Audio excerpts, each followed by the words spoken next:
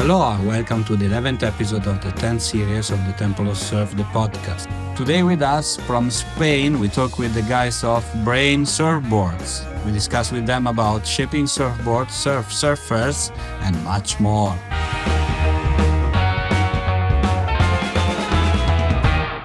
Aloha, Quelo, welcome to the show. Where are you today? I'm in Cap Breton in the southwest of France, in a bar. Okay, cool. So you can have free beer during the, I don't know about free, but you can have beer or anything else during the show. So it's a Yeah. cool thing. I was gonna have a coffee, but I chose a beer, instead, just to calm off the nerves, I guess. Not bad. Bad. So today we're gonna talk about shipping surfboards, Brain Surfboards. That's your brand. Yep. But before we need to clarify how me and we met. So it was a good meeting because we were with Tom Parrish, isn't it? Yep. I saw you at the factory where I'm working now in Surf Odyssey. I saw you talking with him, and I recognized your voice from the podcast.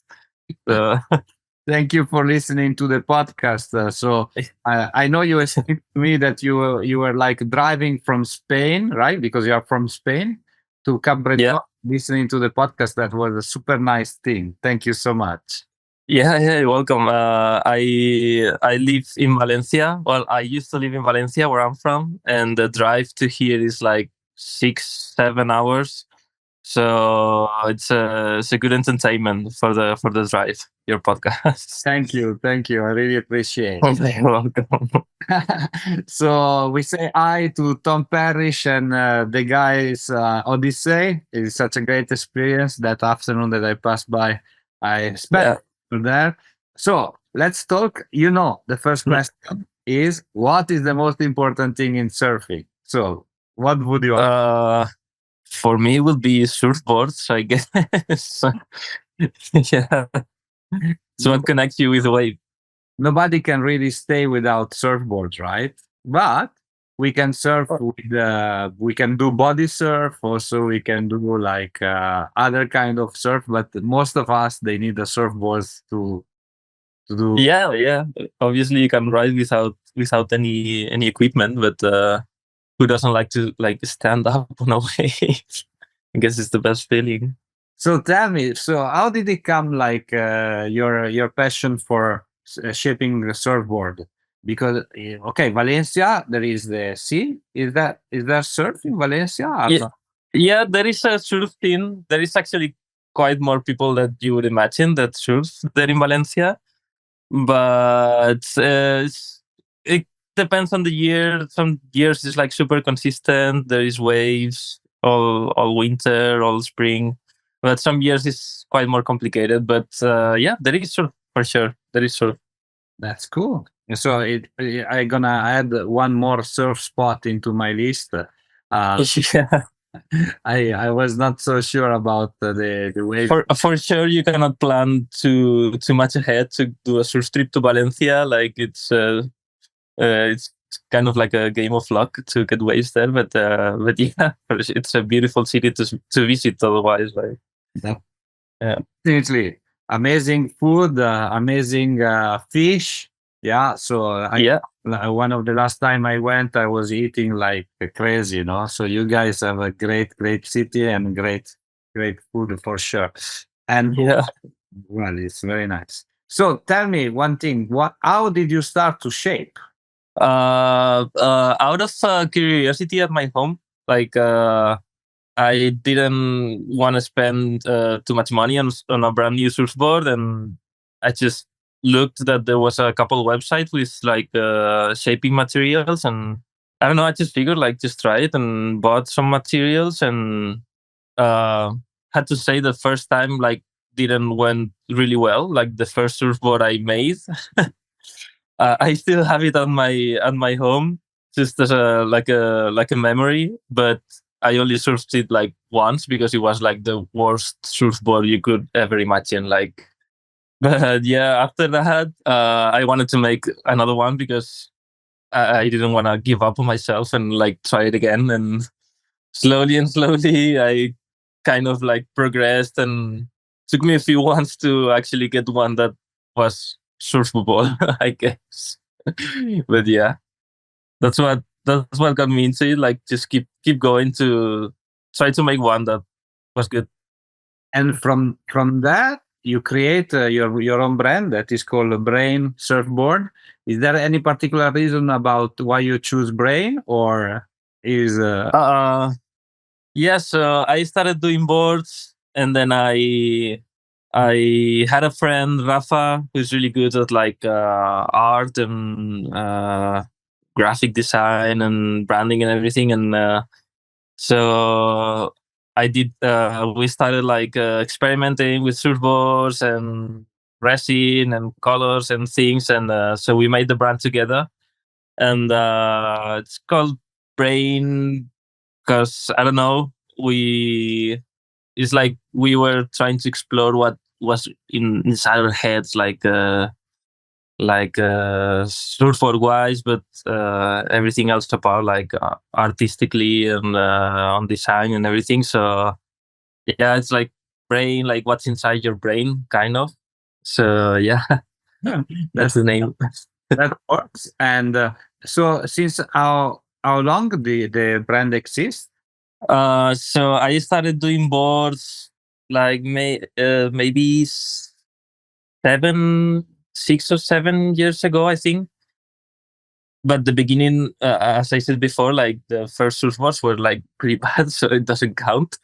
So the brand, we studied together like I think before COVID. So that's 5 years ago. Yeah, 5 years ago. Yeah. Okay, that's fantastic. And so, what brings you in France then, from Valencia to France?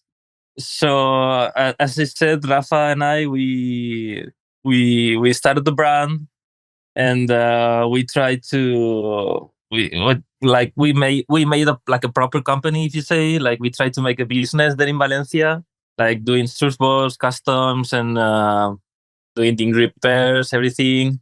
And eventually, like all the money that we had saved from the previous years working was gone. So Okay, the company basically was not sustainable anymore. So we both decided, like, okay, we want to keep the brand, but we have to look for our own path. okay, Personally, like, so I came to France first looking for like a job, if you'd say, like someone to, like, I could like glass boards or do whatever, something in the surfing industry. And also because of the waves, like it's always good weather and good waves here in Capbreton and Osegor. So yeah, that's the two reasons, like looking for a job and the waves.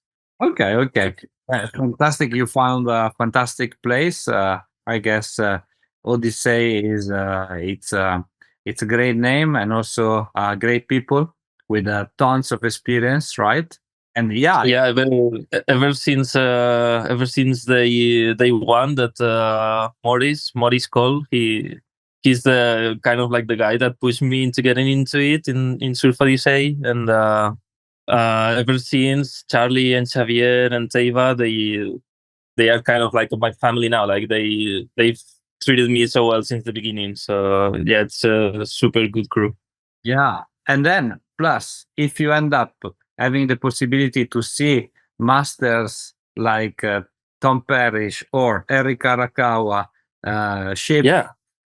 next to you, it's a gift, right? It's everything to learn from this experience. Yeah, it's both an amazing experience and like a challenge to improve. Like, before I came here, I thought I knew how to make surfboards, like everything, like shaping and glassing and that. And when I came here, I realized, like, okay, like how much you can improve with these people is amazing. Like, and I'm also super grateful for them to, like, sharing their knowledge with me and pushing me to the next level in board building. And yeah, straight like telling me where when I did something wrong and on or when I did something good. Like, yeah, super nice. Maybe in 30 years from now, that will be your turn to take a young shaper from somewhere, I don't know, from Spain, Italy, or France, and then in what you learn, that's the way. Yeah, It's called transmission, right? yeah. Re- Yeah, I take pride on that. Like all these masters that I learn things from. I like to do that with people that ask me questions as well. Like I had a few people like joining me and like, yeah, I want to learn to shape, to glass, blah blah. So I also do that with them. Like there is almost no secrets. Like I basically learn almost everything, like the basics from YouTube. So, and from the kind people that have taken a moment to explain some things to me. So I guess it's always important to like have the same attitude with people that are starting to do it. If they are passionate with it, like they are never going to forget. If you told them like, yeah, do this like this or do this like that, like they're never gonna forget. Like so yeah. Definitely. So obviously, it's all end shaped, right? So at the beginning, when I was working in Valencia, and the first times that I was here in France, I was always hand shaping. Like I run through a couple hundred like hand shapes. But then here, when I found a job, and I'm doing like full glassing and sometimes sanding, sometimes doing repairs. Like it's a kind of challenge to keep up with all the work and also continue hand shaping. So I've switched to do some boards in CNC as well. I still do hand shape when I come back to my home in Valencia because there's not like the setup or industry, if you call it, to do that. But yeah, I learned doing handshape, but now like something that I don't like talk like I don't feel too proud about it because I started handshaping, but yeah, it's not all handshape now. Well, don't say to Mr. Parrish that you are doing computer shape. Not with you. Yeah.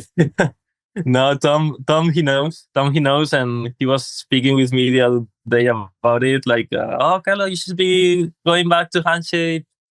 But yeah, I gave him the same reasons. Like, but Tom, I cannot like glass all your boards and then be on the shaping bay all day doing handshake as well. Like, it's impossible. I don't have that much energy.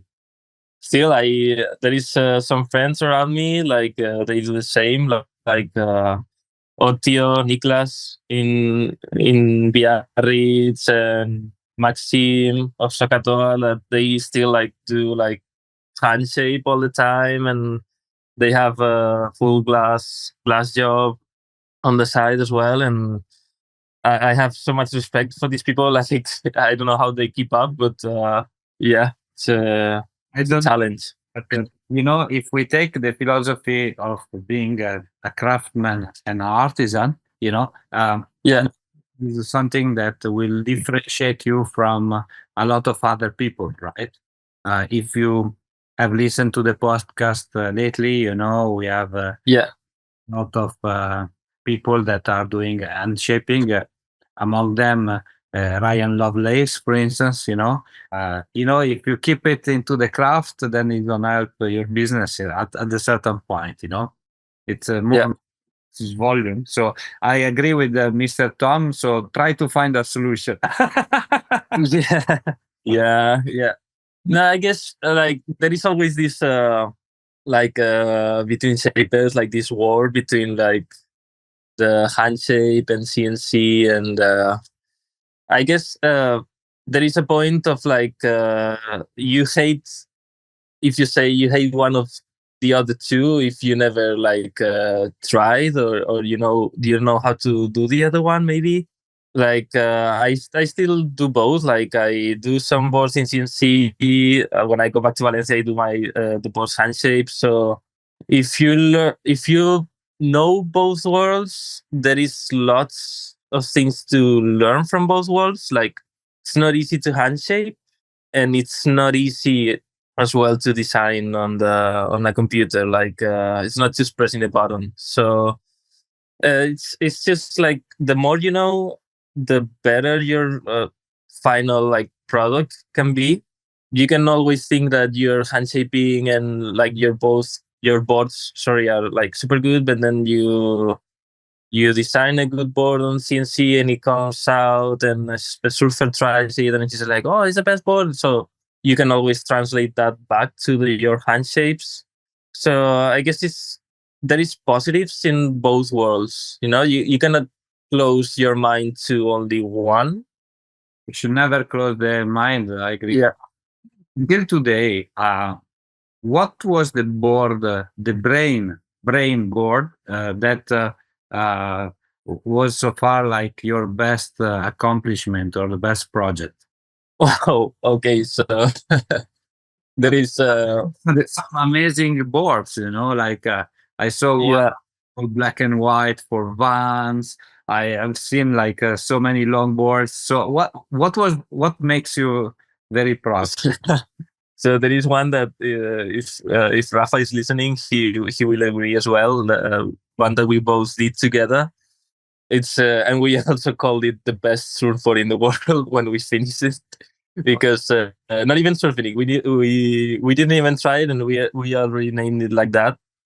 It was a 9'6" longboard that we did back in Valencia and handshaped.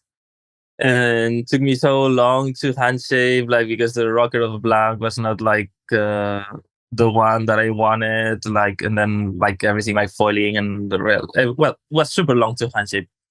And then we did a crazy thing with like resin tint and resin panels, like a tribal resin panel things, and then the polish. Like we don't know how long we worked on that thing.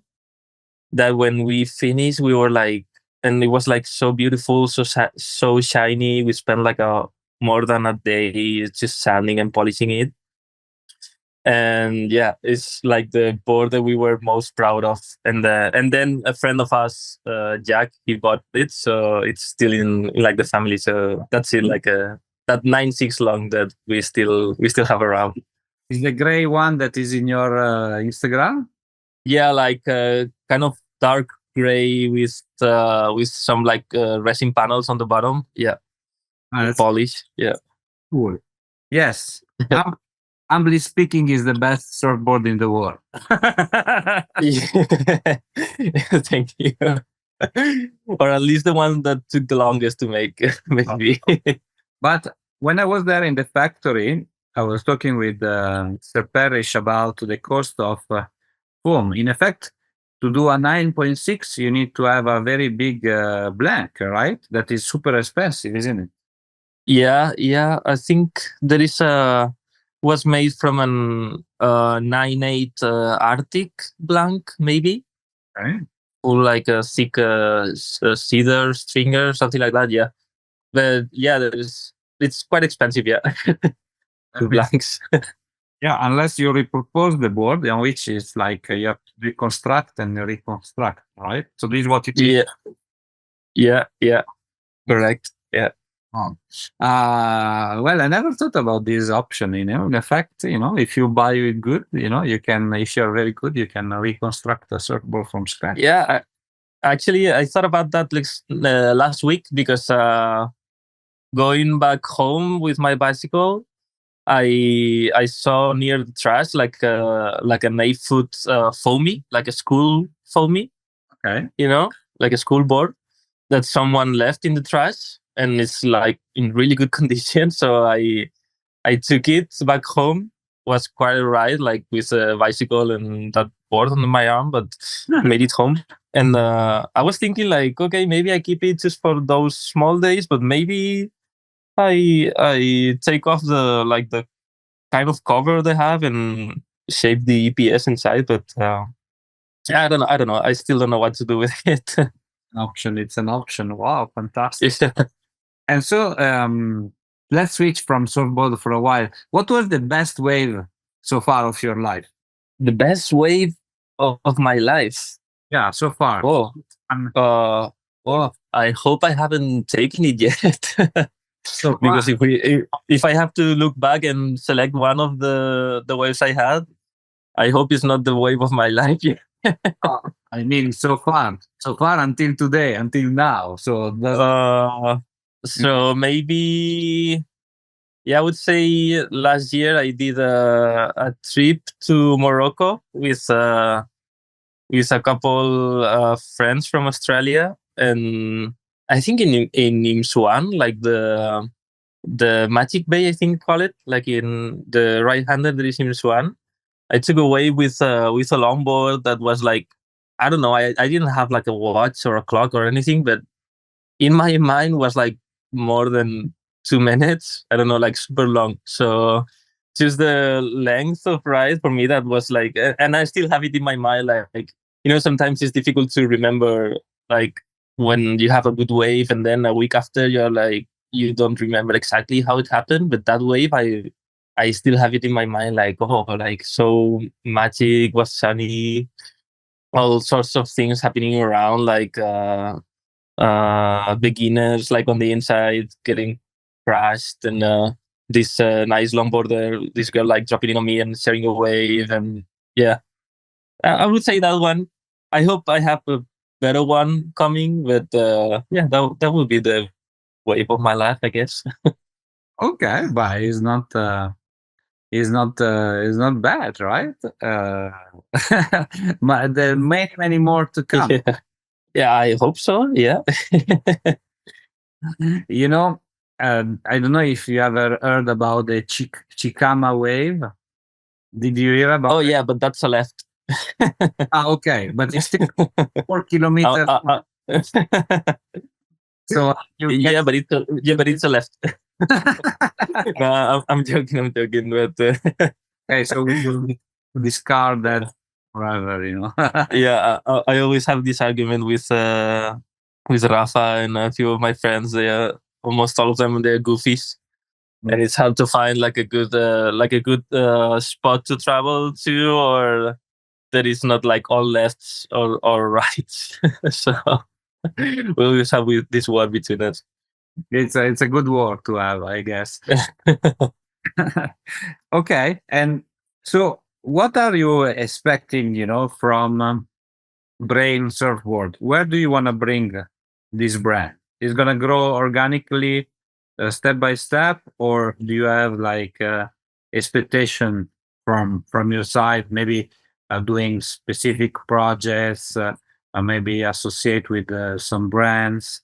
No, I think like you said first, organically, like, so when we started the brand in Valencia, obviously you start a company and you have the pressure, like you want to like get the company going forward and like make it bigger, and like because you're trying to survive. But now that like the lifestyle here in France, and also my friend Rafa, he's also living. Well, he's working in a hotel in the Maldives. So hello to Rafa. Keep getting barreled. And it's a different thing now. Like we both agree. Like, okay, let's find our own path, each other, and we still love the brain thing. Is like we still feel passionate about it, but if it has to get somewhere, let it get somewhere naturally. Okay. If that makes sense, like more people, like we still have our friends like ordering surfboards from us, and that's what makes us happy. So, and if it grows and grows because of something, some lucky thing happen or whatever, we will see. But right now it's just yeah, if it's there, if it happens, it happens. If not, we will still do it for the love of it. We still love to do surfboards. So Organically is good, you know, and then yeah. good surprise, surprises hopefully. So I started the interview asking you what is the most important thing in surfing. I will finish the interview asking you what is the most important thing in shaping. Then In shaping, I guess finding something new, like keep it interesting. Like don't get stuck on like the same thing you always do, but like experiment. That's when you have the most fun, like shaping it and trying it in the water. Even if it's bad or good or whatever, it always gives you a different view and perspective, and yeah, keeps things interesting. do you think innovation is still possible in surfboard shaping, or is just incremental innovation and not radical? Let's say.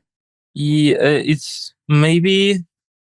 Yeah, I always think like if you talk about shortboards, like maybe there is like kind of like a super big industry, and you see everybody surfing them, and all of the boards almost look the same. But I think there is still like room for innovation. There is always, and in mid lanes and fishes and longboards, like there is always something new to do. Like that's why I say like keep trying different things, because if you never try to do different things, like you're never gonna know if something else is better or not. Like Mhm. yeah, just You have to try. even if even if something looks weird or doesn't look good, like a shape or a rail or a tail or something, experimenting, like keep in shaping, like just keep always experimenting with new things. You never know. Yeah, exactly. I totally agree with you. So, as you know, there are last six questions that are very quick.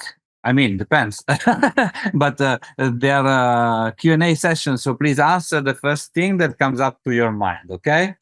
Okay, okay. Best surfboard that you ever rode. Last surfboard I ever rode. Yeah. 2 weeks ago, my 9.6 longboard almost dislocated my shoulder surfing. Okay. Keep it safe. Try to keep it safe. So I don't want to get you in trouble, but who is the best shaper of all time, in your opinion? The best shaper of all time. Wow, that's one hell of a question. I know too many, and I wouldn't even know where to start. I would say the first guy that ever shaped the surfboard, but I don't even know if that guy has a name. Okay, no, but I'm sure the first one, maybe an Hawaiian or a Peruvian. Yeah, so some guy from like some guy we will never know. It's a very political answer. No, It's very a very political answer. Yeah. romantic, very romantic one, but very political. You didn't you put yourself in a. Okay. Personal question: your favorite song or kind of music? I don't know. I would just say one that I was listening today that I liked a lot. It's called "Alone Again" from I don't know the guy, but it was a really good song. It's pretty classic, but yeah. And then favorite surf spot if it's not a secret. No, it's not. It's not a secret. It's the main wave of the city back there in Valencia. Okay. It's it's like on the port of the city. It's called Las Arenas, and it's not the best wave in the world by far, but uh, I love it because whenever it's like good waves there, I have all my friends there, and everybody is like smiling, and yeah, there's finally waves, and everybody's really happy. So I think that's it. It's not because of the wave, but because like my friends there. So It's a good enough reason for me. I think it's. yeah.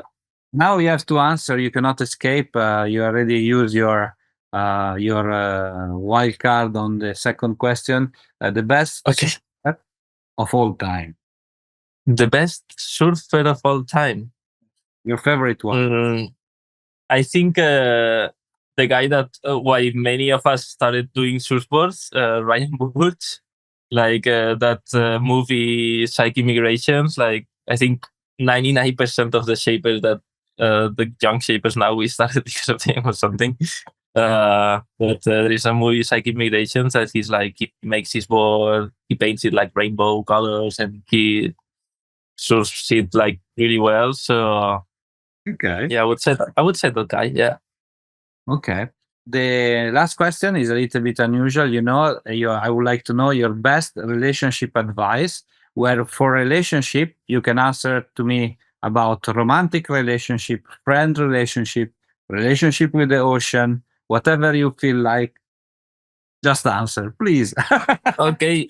Okay. So it's gonna be a bit contradictory because I said my best, the wave I like the best is because of my friends. But friendship advice: don't have friends that surf, so you don't have to share the waves with. And relationship advice: don't have a partner that surfs as well, so you don't have to share the waves with them. Okay. Very locals only. Yeah, kind of. Thank you so much, Quelo, for being with me on this show. And I look forward to talk to you very, very soon. Oh, thank you so much for the interview. Yeah, thank you so much. And say hi to everyone there in Cabreton. Can I say like a shout out? Maybe Sure. some of my family Yes. some of my family might be listening. So vos muy molt, besitos desde Cabreton. Thank you for that. Gracias. Okay, fantastic. Thank you so much. Talk to you very soon. Ciao ciao. Thank you. Thank you so much. Yeah, take care.